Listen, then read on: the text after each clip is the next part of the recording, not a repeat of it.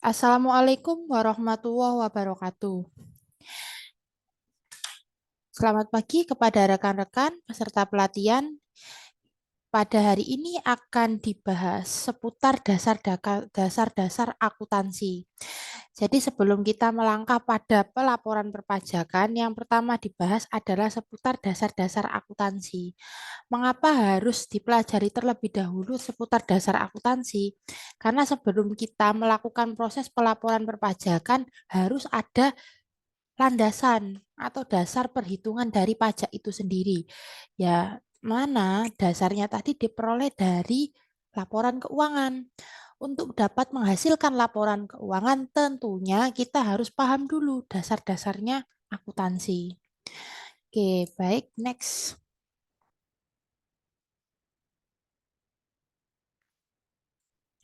Pertama, kita harus memahami apa sih pengertian akuntansi itu sendiri. Akuntansi merupakan proses pengumpulan bukti-bukti transaksi yang kemudian diklasifikasikan sesuai dengan kategorinya, apakah dia pendapatan, beban, aset, dan sebagainya.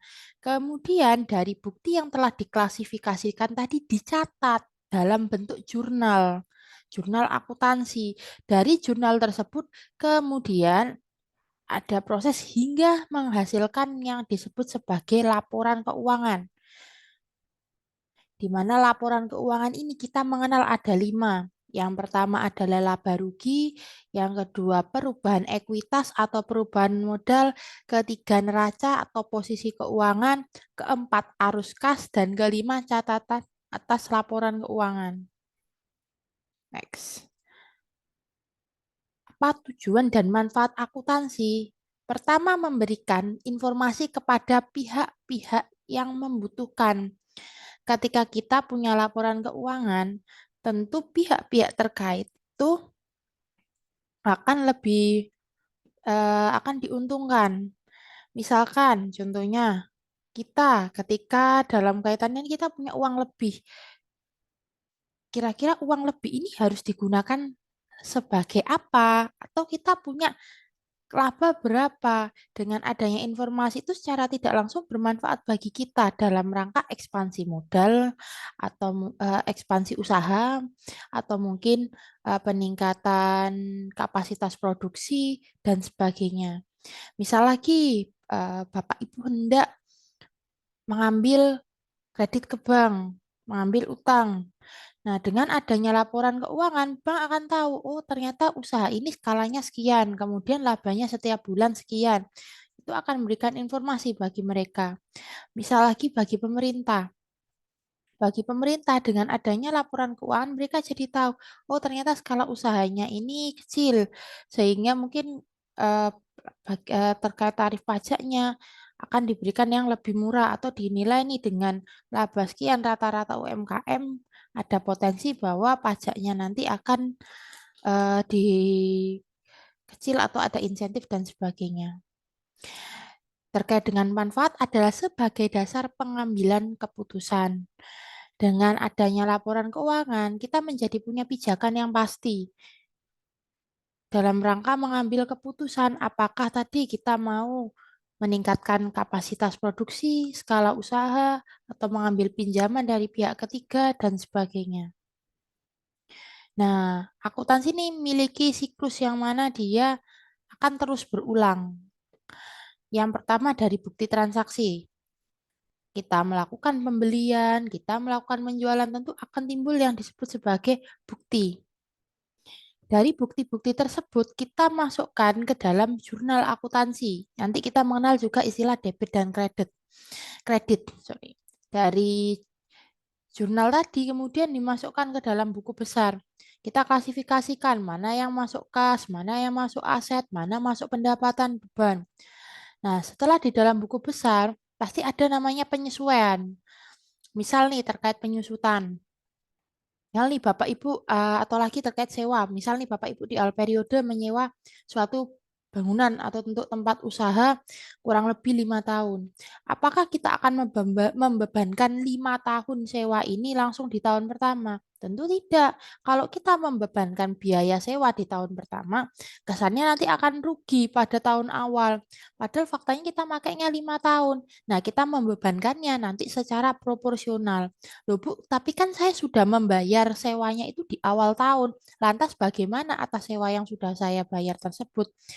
Atas sewa yang Anda bayar nanti masuknya ke dalam sewa dibayar di muka. Ya, sewa yang belum lewat jatuh tempo pemakaiannya. Nah, nanti setiap tahun baru kita menjadikan sewa tersebut sebagai beban.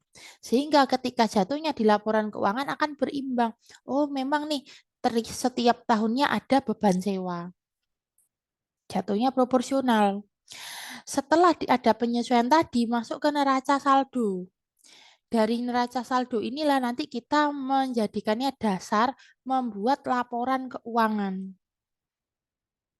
Ada tadi yang kita kenal laba rugi, posisi keuangan, neraca, arus kas, dan sebagainya.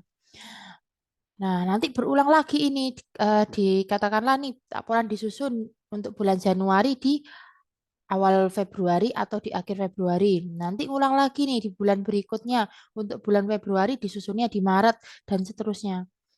Nanti saldo akhir dari laporan keuangan ini akan menjadi saldo awal untuk periode berikutnya. Nah, itu untuk neraca atau laporan posisi keuangan.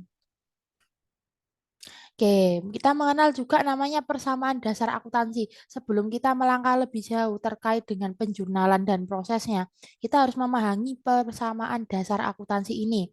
Aset sama dengan kewajiban plus ekuitas.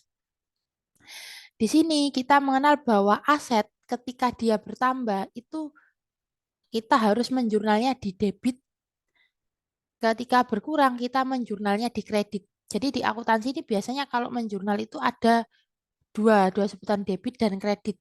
Debit itu kita sebut duluan, kemudian kredit. Aset tadi jika bertambah, katakan nih saya beli handphone atau saya beli mesin, maka ada di debitnya aset. Kredit itu dilakukan jika asetnya berkurang. Agar balance, ketika tadi aset bertambah di debit, maka ketika kewajiban dan ekuitas ini bertambah, maka penjurnalnya adalah di kredit. Dan ketika berkurang di debit, jadi harus dibalik. Kenapa seperti itu? Supaya kita balance sama. Kiri dan kanan ini berimbang. Kita mengenal lagi nih, ekuitas atau modal itu sendiri dipengaruhi oleh dua. Modal awal, ada laba, kemudian pendapatan dan beban. Ketika ada laba, laba ini memiliki dampak menaikkan ekuitas. Ketika laba naik, berarti di jurnalnya adalah di debit, di kredit. Ketika rugi berarti di debit.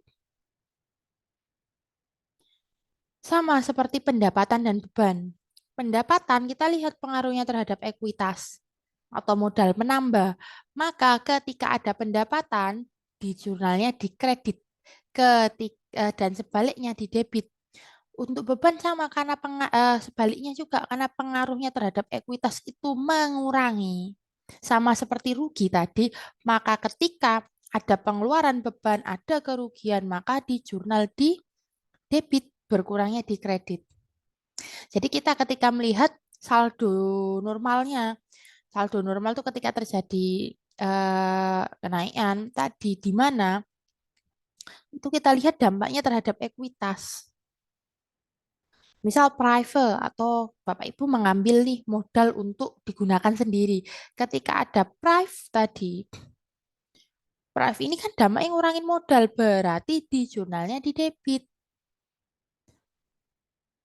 Gitu. Oke, next. Ini konsepnya, jadi kita rekap ke dalam tabel. Tapi secara umum seperti tadi. Saldo normal adalah saldo ketika penambahan atau beban tersebut muncul. Maaf, ketika akun tersebut muncul. Karena begini, kalau kita bilang pendapatan, eh, pengurangan pendapatan ya. Kalau pendapatan ya mesti kan uang masuk atau ada ya betul ada ada pendapatan itu yang masuk, maka kan nggak mungkin terjadi pengurangan. Kecuali ini salah jurnal, kemudian kita balik pendapatannya jadi berkurang, begitu bisa. Next, nah penggolongan dan akun. Tadi kita mengenal nih akun-akun terkait aset, itu kita klasifikasikan lancar tak lancar. Maksudnya apa lancar tak lancar atau lancar dan tetap? Kalau lancar itu berarti dia kurang dari 1 tahun, dia sudah bisa dikonversi menjadi uang.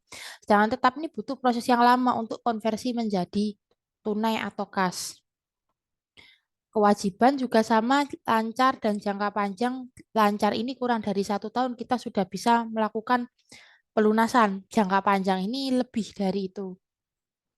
Untuk pendapatan usaha ya yang terkait erat dengan usaha kita. Lainnya nih misal kita dapat penghasilan sewa bunga, sewa alat mungkin atau bunga bank, sewa gedung. Tapi bila mana usaha kita memang persewaan, misal persewaan bangunan berarti itu masuk ke dalam komponen pendapatan usaha. Oke, bentar. Beban juga sama kita kelompokkan terkait dengan usaha dan terkait dengan beban lainnya. Maksudnya adalah direct dan indirect. Jadi yang usaha ini yang terkait langsung dengan usaha lainnya adalah yang tidak terkait langsung. Misal nih gaji, listrik, telepon, itu kan pasti terkait dengan proses produksi kita. Lainnya nih misal bunga pinjaman atau mungkin terkait dengan yang tidak terkait langsung lah dengan usaha kita. Oke, next. Ini kita akan langsung aja masuk ke dalam contoh kasus. Dengan contoh kasus, kita berharap bahwa para peserta pelatihan ini akan lebih memahami seperti apa proses akuntansi.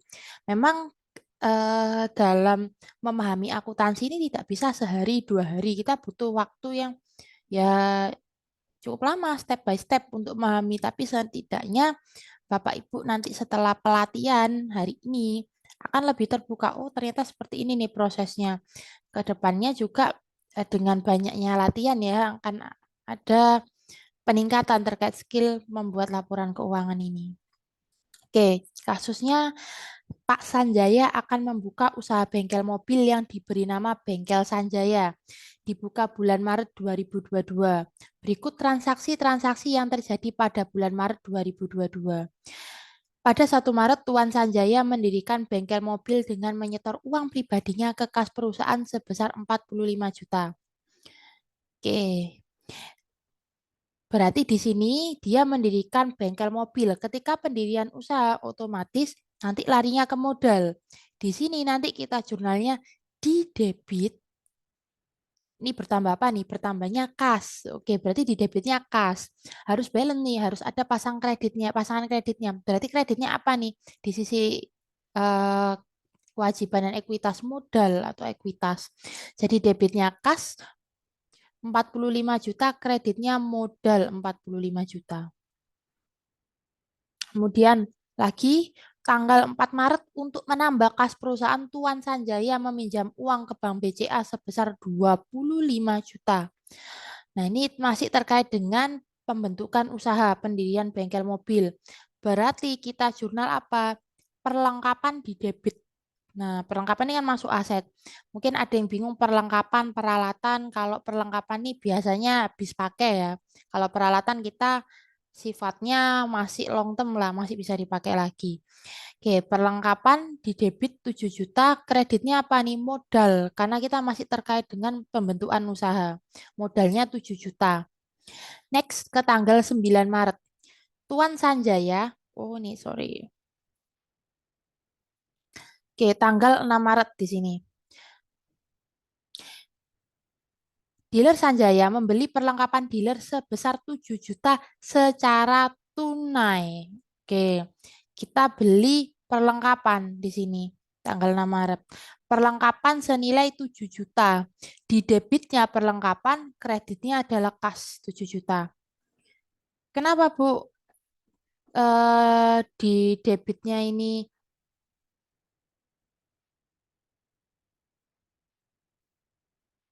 di debitnya perlengkapan, kreditnya ini kas. Karena di sini dia beli perlengkapan.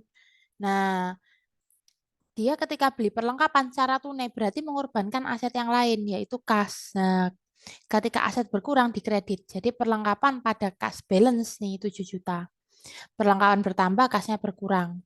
Nah, untuk yang 4 Maret tadi, oh sorry, bukan modal ya. Saya tapi hutang karena tadi posisinya ralat untuk yang 4 Maret menambah kas perusahaan meminjam uang ke Bank BCA 25 juta. Jadi di sini dia tadi kas uangnya nambah nih 25 juta tapi perolehannya dari hutang.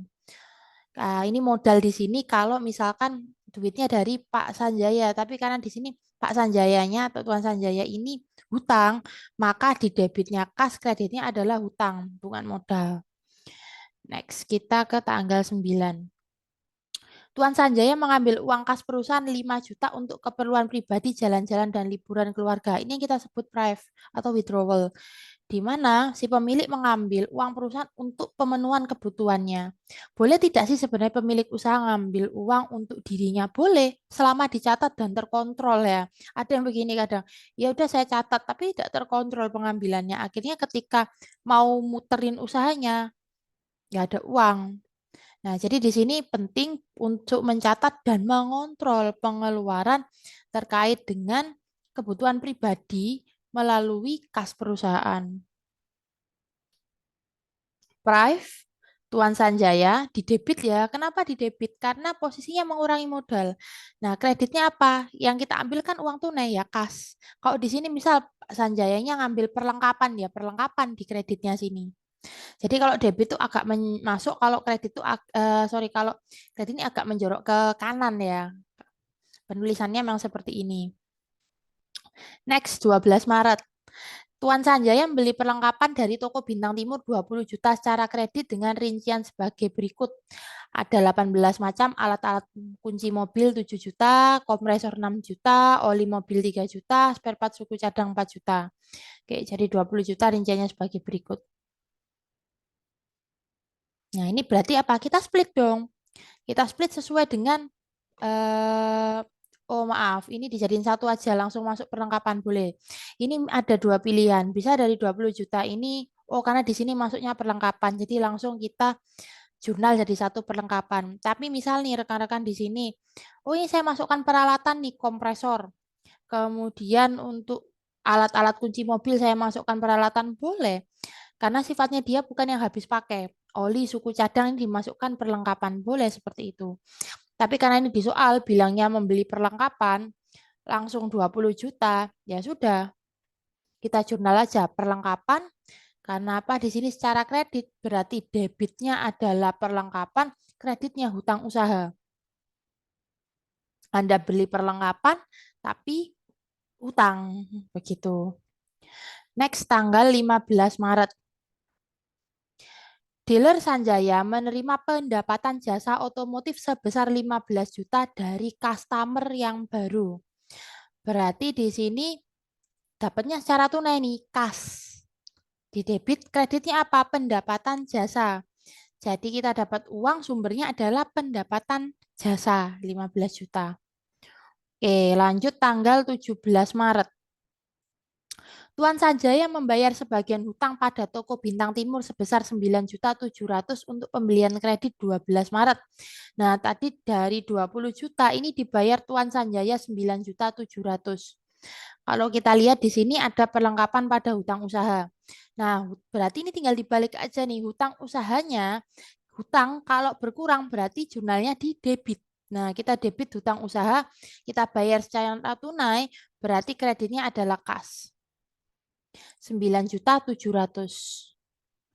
Next, tanggal 25 Maret, Tuan Sanjaya membayar gaji 2 pegawai dealer 6.200.000. Berarti kalau seperti ini beban masuknya beban gaji. Di debit beban gaji, di kreditnya adalah kas sebesar 6.200.000.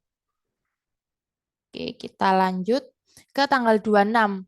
Melakukan jasa perbaikan mobil 11 juta pembayarannya diterima 1 bulan kemudian. Nah, ini namanya piutang.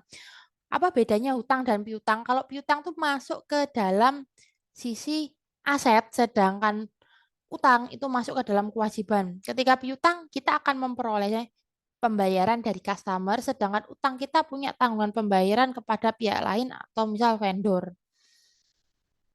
Di sini melakukan jasa perbaikan pembayarannya diterima 1 bulan kemudian. Ketika pembayarannya diterimanya tidak pada saat itu disebut sebagai piutang. Berarti gimana Bu?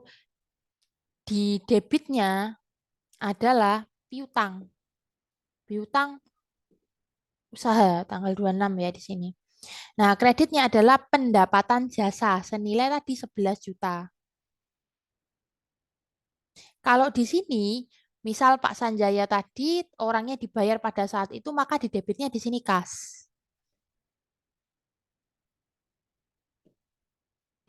Next, perlengkapan dealer yang sudah terpakai sebesar 8 juta. Nah, ini juga kita sebut penyesuaian. Tadi kita beli perlengkapan dealer 7 juta. Kita makainya 6.200.000, berarti sisanya 800.000. Nah, di sini kita tinggal jurnalnya. Nah, ini dok 8 juta ya tanggal 7 sebentar. Oh benar, pakai 8 juta. Oh, sorry. Di sini perlengkapannya kan 7 juta sama 20, berarti 27 juta. 27 juta yang kepakai 8 juta. Nah, yang di jurnal ini adalah yang sudah terpakai. Kadang nih yang kita ketahui di sini adalah sisanya. Kalau di sini ketahuan sisanya, maka diselisihkan untuk mengetahui yang terpakai. Kenapa yang kita jurnal adalah yang terpakai? Nah, karena itu adalah yang bisa kita akui sebagai beban yang memang sudah terpakai. Di sini beban perlengkapan di debit, kreditnya adalah perlengkapan. Nah, ketika asetnya berkurang, perlengkapan berkurang, maka kita kredit. Oke, lanjut tanggal 29 Maret. Tagihan pemakaian listrik di PLN Dealer Sanjaya 600.000 dan PDAM-nya 120.000. Oke, berarti ini tinggal kita masukkan beban listrik dan beban air PDAM. Nah, karena bayarnya masih harus tunai, berarti nanti di kreditnya pasti kas. Nah, kan beban listrik, beban PDAM. Bu, boleh nggak nulisnya seperti ini langsung 2 beban? Boleh, nggak apa-apa. Harus balance yang penting. Anda nulis di debit berapa, di kredit juga harus berapa. Di sini misal Anda pecah 600 sama 1.200.000, kasnya total 720. Boleh. Atau mau sendiri-sendiri nih, beban listrik pada kas, beban air pada kas, boleh. Next, tanggal 31, Tuan Sanjaya membayar uang sewa ruko 15 juta sampai April 2023. Nah, berarti di sini kita sewa dibayar di muka pada kas. Kenapa? Tadi sewa dibayar di muka, kan saya ceritakan bahwa kita bayarnya ini dari 2022 sampai 2023 untuk 1 tahun. Masa kita langsung bebankan di bulan pertama ya? Enggak, nanti kita bebankan secara proporsional. Jadi ketika bayar, kita ngakuinya sewa dibayar di muka, alias sewa yang belum terpakai. Kreditnya adalah kas 15 juta. Nah, ini harus sama juga total debit sama kredit. Nah, di sini kalau udah baru kita melangkah ke tahap berikutnya, yaitu posting ke buku besar. Sesuaikan postingnya. Masukin semua tadi. Oh, kas. Masukin ada kas. Modal-modal masukin pada modal. Debit sama kredit diselisihkan. Selisihnya mana masukkan sesuai kolom di sini. Ini saya balik dulu. Misal nih, kita kan nyebut kas ini lebih dari sekali lah. Ada mungkin 5-6 kali lah di sini. Nah, ini kasnya ada yang di debit, ada yang di kredit. Nah, ini dijumlah dulu di debit berapa, kredit berapa, selisihkan. Sama perlengkapan juga seperti itu. Kalau sudah, masukkan rekapannya ke dalam sini, buku besar. Nah, ini buku besar aset. Jadi nanti kita ngelompokinnya, oh aset jadi satu, kewajiban jadi satu, modal jadi satu, gitu bisa. Nah, ini ada kas.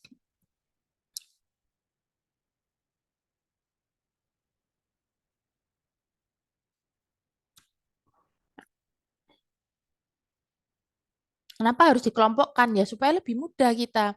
Kalau kita nggak melakukan pengelompokan dari jurnal yang tadi banyak, tentu kita akan bingung ketika harus membuat laporan keuangan. Next ya, tadi kan kita kumpulin, nah kita bikin penyesuaian. Ini penyesuaian tadi yang pertama terkait perlengkapan, yang kedua terkait beban sewa. Kita tadi kan bayar sewanya itu 15 juta. 15 juta itu untuk 1 tahun. Nah, berarti 15 juta kita bagi 12 coba. Ntar saya coba. Oh, bukan. Sebenarnya yaitu April. Ada untuk bulan berikutnya yaitu April. Coba saya lihat dulu.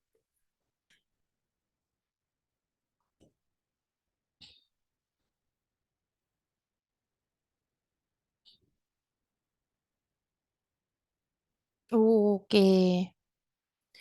Maret, April. Nah, ini kalau Maret, kalau 15 juta, dibagi, kita bagi 12 ketemu 1.250.000.